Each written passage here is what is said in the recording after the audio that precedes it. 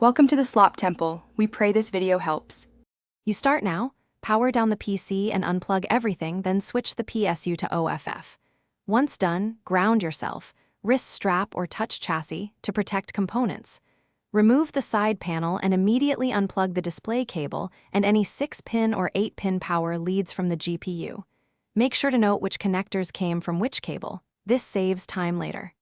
Next, locate the PCIe slot retention screw and be ready with a screwdriver.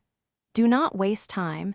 Begin by clearing the work area and having parts within reach. You now remove the card. Unscrew the bracket screws and press the PCIe slot latch inward, then pull the GPU straight out with a steady, even force. Once removed, inspect the slot for dust. Use short bursts of compressed air. Avoid touching the gold fingers. Compare the new GPU visually to confirm it fits the case and that your PSU has the required 6/8-pin connectors. If the new card is longer or thicker, plan to remove drive cages or adjust fans. Do that before seating the GPU to avoid rework. You seat the new card by aligning it with the PCIe slot and pressing down until the latch clicks. Then secure the bracket screws and plug in the required 6 or 8-pin power cables.